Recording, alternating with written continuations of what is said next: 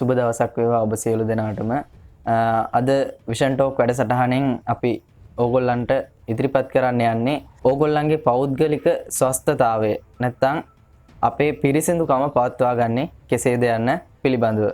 ඉතින් තමන්ගේ ස්වස්ථතාවය පෞද්ගලික ස්වස්ථතාවය මෙන්ම අනිකුත් ආහාර පරිහරණ ආයතන පිළිබඳවත් සාකච්ඡා කිරීමේදී මේ ස්වස්ථතාවය කියන එක ඉතාමත් වැදගත් වෙනවා.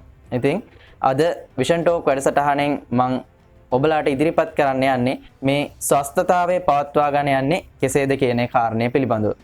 අපි මේ ස්වස්ථතාවය පිළිබඳ සලකා බැලුවොත් ස්වස්ථතාවය තමන්ට මෙන්ම අනෙක් පුද්ගලයා තුල පැවතීමද ඉතාමත් වැදගත් වෙනවා. මොකද මේ ස්වස්ථතාවය බිඳී ගියොත් නැති වුණොත් ඇතිවන ප්‍රතිවිපාක ඉතාමත් දරුණු ප්‍රතිවිපාක වෙන්න පුළුවන්. උදාහරණයක් විදිහට ගත්තොත් මේ දිනවල ව්‍යාප්ත වන අපි කවුරුත් දන්න රෝගයක් තියෙනවා. කොරෝනා වෛරසය නිසා හටගන්න මේ රෝගී තත්ත්වය. ඉතින් මේ රෝගී තත්ත්වය පවත් ප්‍රධාන වශයෙන්ම ස්වස්ථතාවයේ මත පදනම් වූ රෝගයක්. ප්‍රධාන වශයෙන් කිව්වොත් ශ්වසන මාර්ගයේ ශ්වසන පද්ධතිය ආශ්‍රිතව ඇතිවන රෝගාබාධ තත්ත්වය. ඉතින් අපේ පෞද්ගලික ස්වස්ථතාවය නිසියාකාරයෙන් පවත්වා ගත්තොත් අපිට පුළුවන් වෙනවා මේ රෝගී තත්ත්වය පාලනය කර ගැනීමට. අපි ප්‍රධාන වශයෙන්ම ඖෂධ ලබාගෙන රෝගය වැළඳුනාට පස්සේ ඒකට ඖෂධ ලබාගෙන සුව වීමට වඩා ප්‍රතිකාර ගැනීමට පෙර අපිට පුළුවන් වෙන්න ඕන ඒ රෝගය වළක්වා ගන්න. ඒක තමයි අපේ ප්‍රධානතම අරමුණ. අපේ ප්‍රධානතම අරමුණ වෙන්නේ සෞඛ්‍ය ශාස්ත්‍රයේ බොහෝ දෙනාගේ ප්‍රධානතම අරමුණ වෙන්නේ පුද්ගලයෙක් රෝගී වූාට පසුව බෙහෙත් ලබා දීම නොව රෝග වැළැක්වීම. රෝගය ඇතිවීම වැළැක්වීම තමයි ප්‍රධානතම අරමුණ වෙන්නේ. ඉතින් මේකෙදි පෞද්ගලික ස්වස්ථතාවය කියන එක ඉතාමත් වැදගත් කාරණයක්. පෞද්ගලික ස්වස්ථතාවය පිළිබඳ අපි කතා කරද්දී අපි පොඩි කාලේ ඉඳන්ම අපිට හොඳ පුරුදු ගැන හැමතැනින්ම උගන්වනවා. ඉතින් මේ හොඳ පුරුදු සම්බන්ධයෙන් සාකච්ඡා කිරීමේදී අපි පොඩි කාලේ ඉඳන්ම දන්න දෙයක් තමයි දෑත් හොඳින් සබන්දා සෝදන්න කියන එක. ඉතින් මේක අපේ ජීවිතයට ගන්න පුළුවන් හොඳ පුරුද්දක්. ඇයි මම එහෙම කියන්නේ? මේ දෑත් තුලින් අපේ ඇඟිලි තුඩු වලින් මේ විස බීජ විශාල සංඛ්‍යාවක් මේ බැක්ටීරියා, වෛරස් මේ වගේ දේවල් අපේ ශරීරයේ අපේ අතපය වල වැඩිපුරම ජීවත් වෙන ස්ථාන. ඉතින් බැක්ටීරියාවක්, වෛරස් එකක්. වෛරස් සාමාන්‍යයෙන් ජීවී දේහ තුල තමයි ජීවත් වෙන්නේ. වෛරසයක් අජීවී දේහවල ජීවත් වීමේ හැකියාවක් නැහැ. ඒ හින්දා වෛරස් ජීවත් වෙන්නේ මේ අපේ සජීවී පරිසරයක් තුල.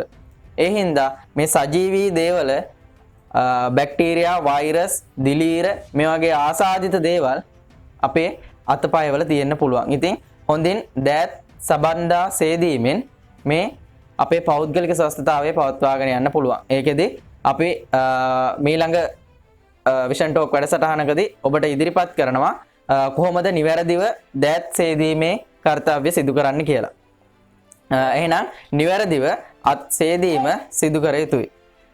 ඒ වගේම මේ අත් සේදීම සිදු කරන එක අපේ පෞද්ගලික ස්වස්ථතාවය මෙන්ම ඔබ ආහාර පරිහරණ ආයතනයක සේවය කරන පුද්ගලයෙක් නම් ඔබ තවත් කෙනෙකුට ආහාර නිපදවන එහෙම නැත්නම් නිෂ්පාදනය කරන අසුරන එවැනි පුද්ගලයෙක් නම් මේ දෑත් පිරිසිදුව පවත්වා ගැනීම ඉතාමත් වැදගත් වෙනවා. ඒකෙදි ඔබේ නියපොතු ටික කොටට කපලා පිරිසිදුව ඒ තමන්ගේ ස්වස්ථතාවය පවත්වා ගත්තොත් හැකියාව ලැබෙනවා හොඳ ගුණාත්මක බවින් යුත් ආහාරයක් තවත් කෙනෙකුට ලබා දෙන්න. ඒකෙන් රෝග තවත් කෙනෙකුට සම්ප්‍රේෂණය වීම වළකිනවා. උදාහරණයක් විදිහට ගත්තොත් අපි හිතමු ඔබට කුමක් හෝ රෝගයක් තියෙනවා කියලා. ඒ රෝගය තිබියදී ඔබ තවත් කෙනෙකුට ආහාරයක් නිෂ්පාදනය කරනවා නම් අසුරනවා නම් ඒ රෝගය ඒ ආහාරය හරහා තවත් කෙනෙකුගේ ශරීරයට ඇතුල් වෙන්න පුළුවන්. උදාහරණයක් විදිහට ගත්තොත් අපි හිතමු ඔබට තියෙනවා බඩේ අජීර්ණයක්. එහෙම නැත්නම් ඔබට ඒ ජීර්ණ පද්ධතිය ආශ්‍රිත කුමක් හෝ රෝගාබාධයක් තියෙනවා. මේ රෝගය බෝ වෙන්නේ මිනිස් මල හරහා කියලා මම කිව්වොත් මේ අපි හොඳින් සබන්දා නොසේදුවොත් අපි වැසිකිළියට ගිහිල්ලා ඒ කර්තව්‍යයන් සිදු කරලා අපේ අතපය හොඳින් සබන්දා සේවදන්න ඕන.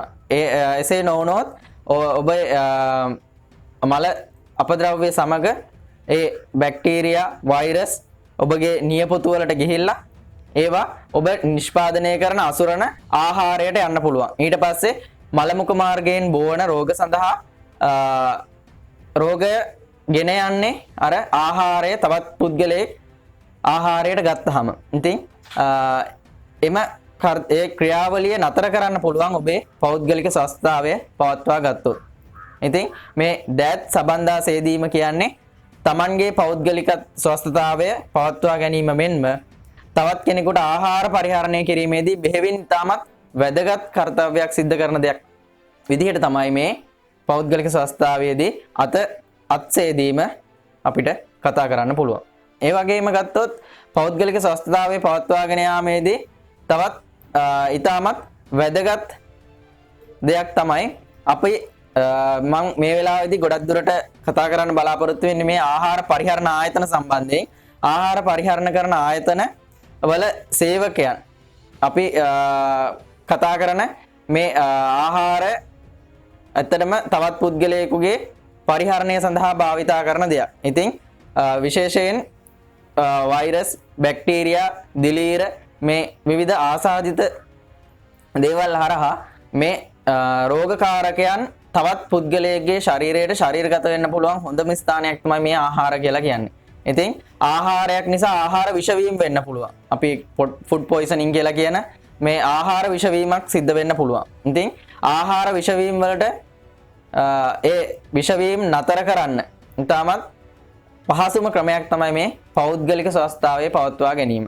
ඉතින් පෞද්ගලික ස්වස්ථතාවය නිසි ආකාරයෙන් පවත්වා ගනිමින් මේ ආහාර පරිහරණය සිදු කරන පුද්ගලයන් විශේෂයෙන් රැවුල, කොණ්ඩේ හොඳට කපලා, කොටට කපලා, නියපොතු හොඳට කපලා නිසි පිළිවෙලකට ඒ ආහාරය නිෂ්පාදනය කරනවා නම් තවත් පුද්ගලයෙකුට රෝගයකට ගොදුරු වීමට තියෙන අවදානම අඩු වෙනවා. ඒ වගේම ඔබ කුමක් හෝ රෝගී තත්වයකින් පෙළෙනවා නම් අවශ්‍ය වෛද්‍ය ප්‍රතිකාර වලට යොමු වීම ඉතාමත් වැදගත් වෙනවා. ඒකෙදි ඔබට ඒ මොකක් හෝ රෝගාබාධ තත්ත්වයක් තියෙනවා නම් ඒ ආහාර නිෂ්පාදන ක්‍රියාවලියෙන් ඈත් වෙලා ඒ රෝගී තත්ත්වයේ සුව වූායෙන් පසුව නැවතත් වෛද්‍ය උපදෙස් මත ඔබ ඒ රැකියාවට යාම ඉතාමත් වැදගත් වෙනවා. මොකද ඒ මගින් හැකියාව ලැබෙනවා තවත් විශාල පිරිසක් රෝගී වීම නතර කරන්න.